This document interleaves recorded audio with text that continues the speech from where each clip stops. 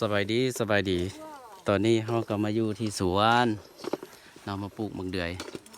แต่อันนี้จะเป็นสวนที่อย่างพาราของพ่อป้าแม่ป้าเนาะแต่เรามาขอเพิ่นละเฮ็ดปลูกมักเดือยเนาะหลายๆคนประมาณ8-9คนมาเข้าแหงกันมีทั้งพ่อป้าแพงแล้วก็แม่เฒ่าแล้วก็แม่เอ้าเบิ่งนะเดี๋ยว ให้เบิ่งอันนี้ได้กินกระดูกมึงเดี๋ยวไปเบิ่งการผสมยาเนาะมักเดือยนี่เขาจะใส่อย่างแน่เนาะอันนี้คือมักเดือยใหญ่ขั้นตอนการผสมอันนี้ยาดีดอนนี่นะยาดีดอนผสมกันมดมันบ่กันมดแล้วก็จะมียาเร่งมากเฮ็ดให้ดกเฮ็ดให้มักเดือยดกก็จะมียาเร่งมากพร้อมให้แบบผลละปลูกให้มันได้ดีนะได้ดีเกินคาดเนาะอันนี้คือมักเดือยเห็นบ่ทุกคนในยาตัวนี้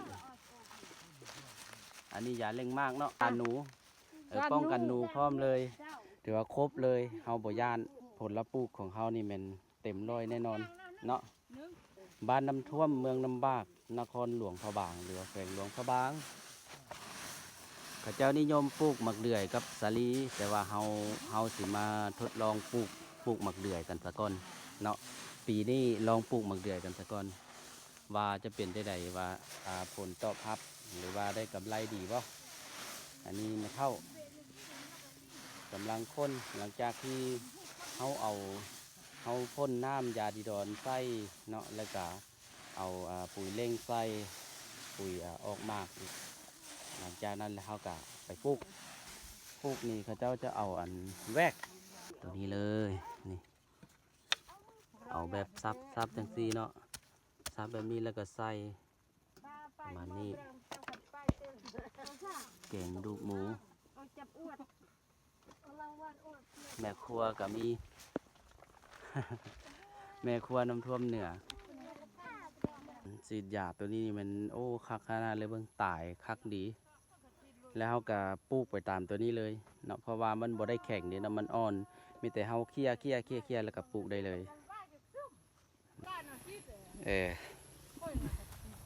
อันนี้ก็คือขั้นตอนต่างๆเนาะที่เขาจะเฮ็ดสวนตัวนี้เนาะเฮ็ดสวนบักเดือยถ้าเบิ่งว่า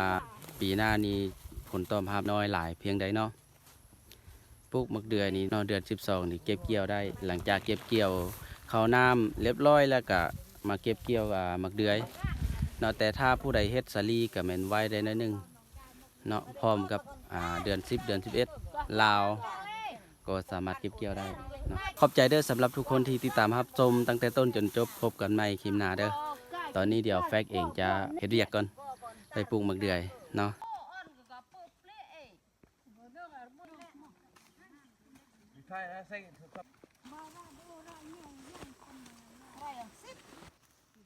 เห็นแบบนี้เลยประมาณนี้เนาะว่าเมิดสันนี่แหละมาเข้าแห้งกันมาซอยกันปลูกมักเดือยบอกพวกเราเงาบีอันมาอย่างเต็มจำนวนเรานี่กินที่ได้ตู้ซอนกินไก่กวดอันนอนงัดยาแล้วก็กดเครื่องมาบุกมาจูนกับมึงแตงกอกเกินบุกคุ้งเราสั่งมึงยกปั้นเกินเลยสั่งตอนนี้ก็ถึงเวลาที่กินข้าวเที่ยงกันแล้วอันนี้ซีนหมูแกงใส่ผักน้ำเต้าเนาะกินน้ำลายกินกันหลายคนนี่แซ่บได้กินก็แซ่บได้ของกิน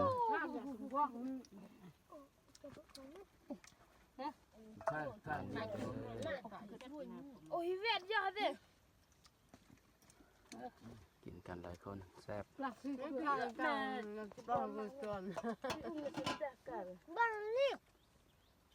ใส่ไข่โมเจมาอ่านที่ใส่ใกล้จะคุยบ้านแหละ เราเยอะเยอะ Nè, có như vậy mà nhìn rất Mà sớm mà đảo. một phen cái lúc mà như thế กินแล้ว Cái pra ma cái nó cho ăn lái ô lẩu.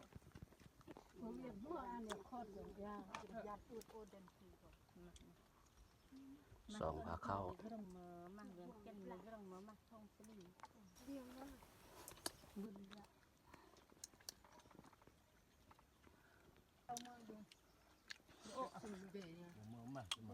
อันบ่มา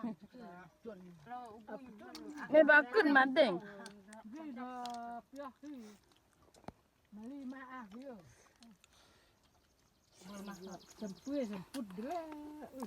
มียักเมียงเดือดเลือดดำนี่เพื่อเขาไม่อยากแทงเราตำ นั่นแหละ ตำ